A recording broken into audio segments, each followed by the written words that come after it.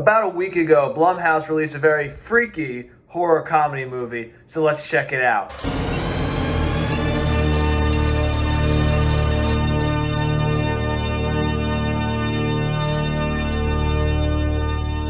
Welcome to Silver Screen Talk. My name is Luke LaPointe. I started this channel because movies are a big part of my life, and I want to talk about them with people who care about them as much as I do. With that, remember to hit that like and subscribe button, and most importantly, as we are talking about new movies, I want to hear you down in that comment section. If you've seen it, I want to hear what you have to say about the movie. If you are waiting to see it on video on demand, I want to hear what you're waiting to see from the movie and what you hope to see from it. And, I just want a very open discussion in the comments section. And with that, let's get into it. On November 13th, Friday the 13th, Blumhouse released Freaky, starring Kathryn Newton and Vince Vaughn. And the premise of that is 17-year-old Millie Kessler spends her days trying to survive high school and the cruel actions of the popular crowd. But when she becomes the latest target of the Blissfield Butcher, the town's infamous serial killer, her senior year becomes the least of her worries. When the butcher's mystical dagger causes him and Millie to magically switch bodies, the frightened teen learns that she just has 24 hours to get her identity back before she looks like a middle-aged maniac forever. And before we get into this, I had a lot of hope for this movie when I first saw the trailer 2 months ago or a month ago. I was like, this looks a lot like Happy Death Day, which I really love. Interesting concept, Blumhouse. So I had a lot of hope for this, and my hopes were met. First off, I just think this is a very original and interesting premise. It does give me vibes of Happy Death Day, same director, same studio, very charismatic female lead, but it is very interesting taking that Freaky Friday mixed with the slasher, kind of like Scream, it's a little meta, and putting them together. I think it was very original, creative, and I think it worked very well.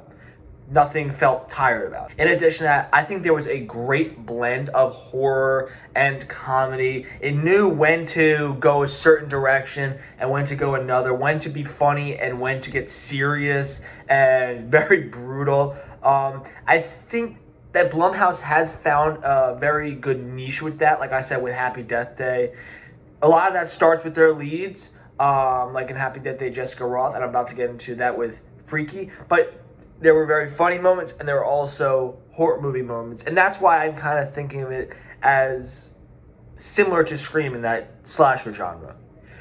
In addition, we have two excellent dual performances from Kathryn Newton and Vince Vaughn. Getting to see them on both sides of the tape, both tales of the tape. Kathryn Newton, she plays this very anxious, shy, very confused teenager really well, and then when the switch happens, she becomes this badass killer. She has the look, the crazy, just murderous look in her eyes. She does an excellent job with that being very one note once she becomes the Blissfield Butcher, and she freaking killed that performance. And on the other end, Vince Vaughn did the exact same thing. I mean, he is the guy. He does fit kind of in that mold of a serial killer. I mean, he's a big dude. Like, if you see him, you could say, yeah, in this setting, he looks like a serial killer. He looks like someone who just big-ass dude who can kick some ass, kill some teenagers, and, he does a great job with that. And then once again, Freaky Friday happens, basically.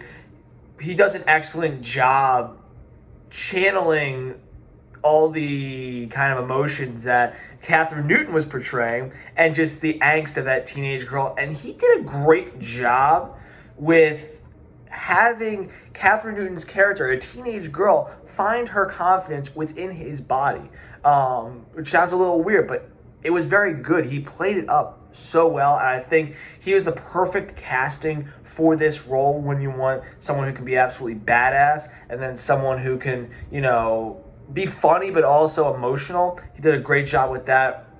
Like I said, there were also some really funny jokes thrown in. Felt a little meta, at times, which I like with my kind of Blumhouse movies. You're black! I'm gay! We are so dead! And like I said, but they were placed at the right time. It didn't feel I don't think there were really any jokes where I was like, oh, okay, well, this doesn't fit here. This doesn't land. I think 98% of the jokes landed. If I rewatched the movie, I think I'll feel that way again. And, there were some really creative and brutal kills. I mean, when I'm watching a slasher movie, I judge it by how brutal the kills are.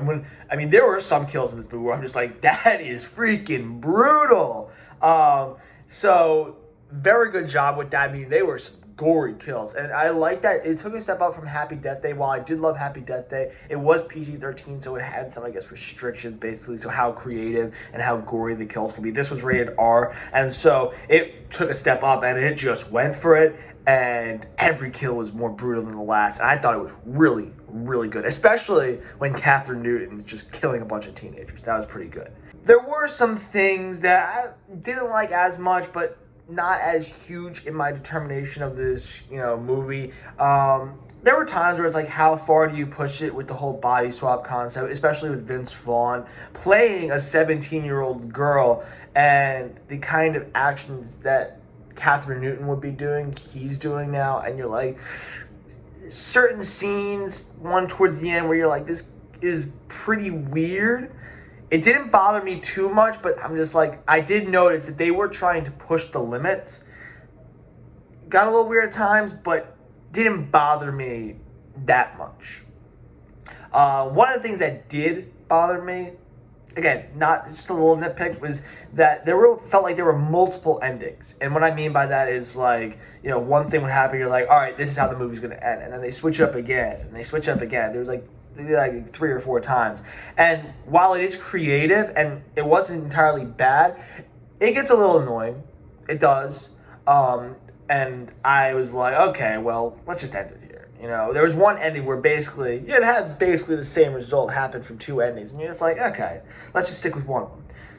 Little nitpick, not that bad. And another one is watching this in the beginning with Kathryn Newton, who I know from Blockers, Detective Pikachu, Halt and Catch Fire. When you see her in those movies, she is very attractive. She's hot. She is badass. She's very confident. So, it's one of those things where it's like throwing this really hot and confident girl in this timid role. While she does play it really well, you're kind of like, well, it's still Kathryn Newton. And so it feels a little weird. But those are just little things. Didn't really detract from the whole movie that much. I still love the movie.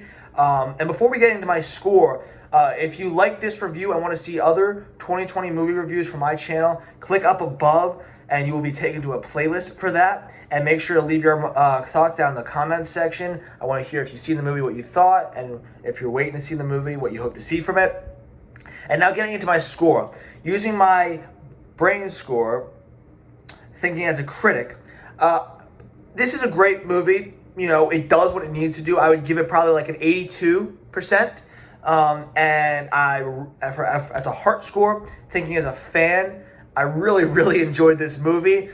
It met my expectations. It exceeded my expectations actually a little bit. I'm going to give it an 88% on the heart score, 82% on the brain score, 88% on the heart score. That is a very good score, and that is a very good review.